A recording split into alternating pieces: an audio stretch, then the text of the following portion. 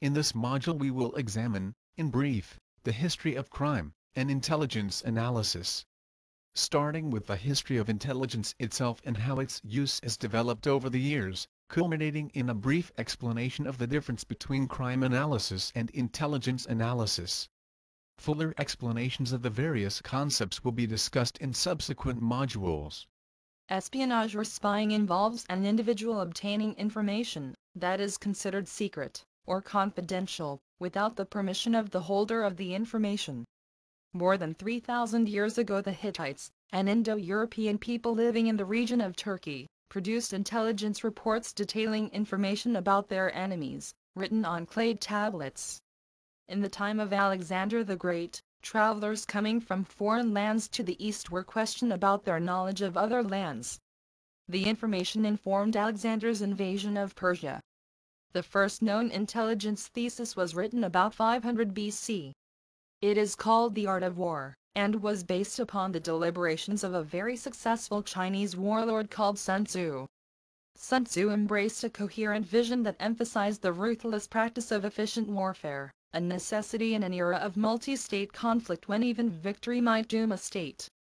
Knowledge-based, it stresses the application of overwhelming strategic power to exploit localized imbalances and thereby wrest swift victory. Key concepts include the necessity of acquiring intelligence, and a consequent need to employ spies. Evaluating opponents. Manipulating enemies. Being formless and unknowable. Creating and employing strategic power. Ki or spirit. The unorthodox and orthodox. Leadership and command. Configurations of terrain. Thwarting the enemy's plans and balking his alliances. And achieving victory as economically as possible, preferably without costly combat. The principles advocated by Sun Tzu are still studied by militarists and business management, and are still as applicable today as they were 2,500 years ago. In the more modern times, the use of intelligence has remained the purview of the military, although often very much is the poor relation until the turn of the 19th century. That said, there are numerous examples of intelligence being used outside direct military conflict.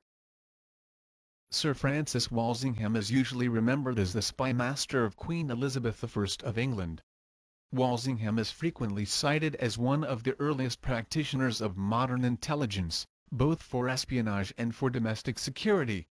He oversaw operations which penetrated the heart of Spanish military preparation, gathered intelligence from across Europe, and disrupted a range of plots against the Queen. However, the use of intelligence organizations within a military context tended to be ad hoc, only being formed for specific campaigns, and disbanded during peacetime. John Churchill, the first Duke of Marlborough, stated that no war can be conducted successfully without early and good intelligence. During the Napoleonic Wars, Lord Wellington employed exploring officers, the most famous being Lieutenant Colonel Colquhoun Grant and George Scoville, his code breaker. Despite the influence of these great commanders, the military intelligence organizations were disbanded in peacetime until the time of the Boer War. A variety of information and intelligence gathering units were raised during the Boer War 1899 to 1901, such as Remington's Tigers and the Corps of Scouts, and as a consequence there developed a need to analyze the information collected.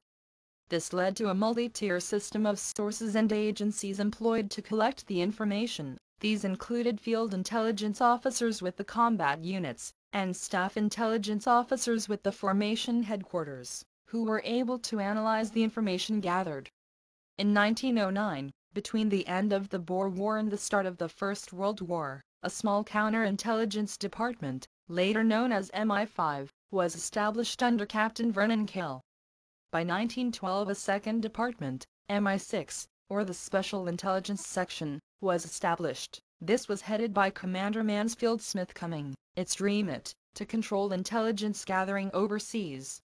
He was known throughout the espionage world simply as C, the original title C being the designation of the departmental head. This name stuck, and is probably one of Ian Fleming's influences in calling his character M in the Bond movies.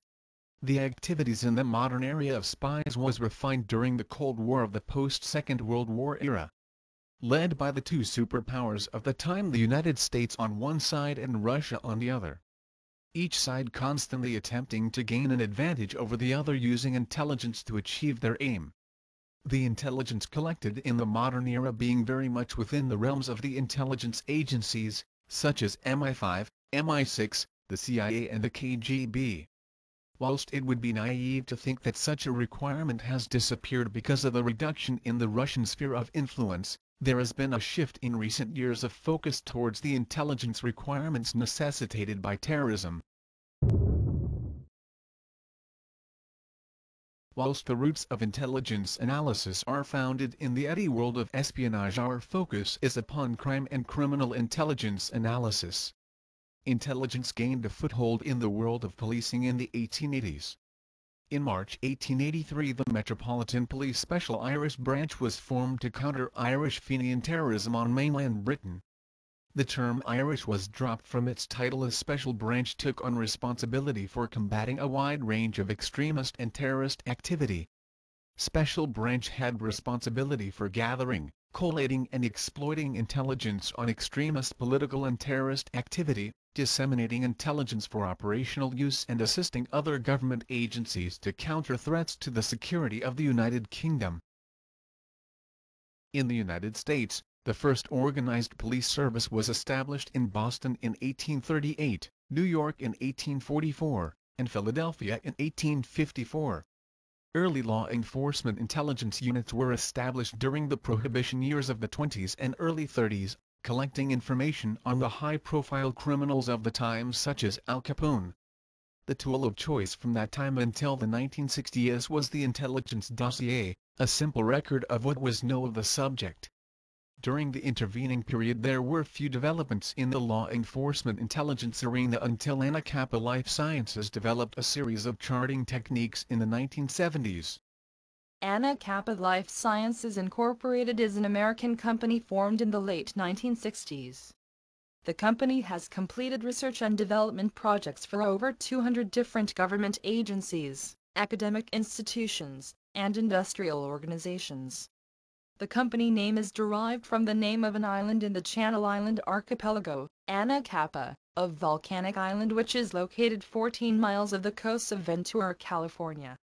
In 1971, the company developed techniques for intelligence analysis, providing training to law enforcement, business and military organizations throughout the world. The techniques the company developed are based upon social network techniques and are used to analyze patterns of interactions, and to understand the flow of information. The techniques they developed include, amongst others, the intelligence process, link or association analysis, and commodity flow charting. These will be looked at elsewhere in the course.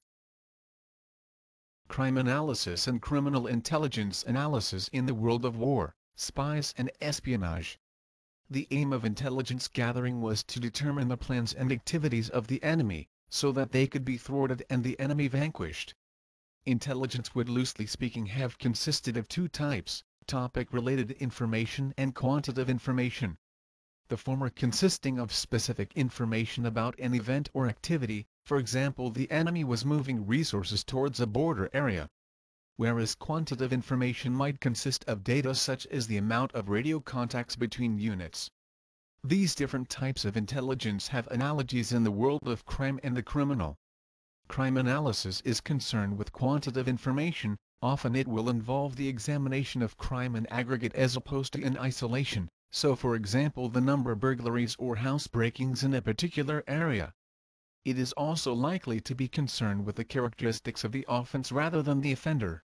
Criminal intelligence analysis in contrast is concerned with topic-related or qualitative information. This often involves the examination of pieces of information about a specific individual, activity, crime or event.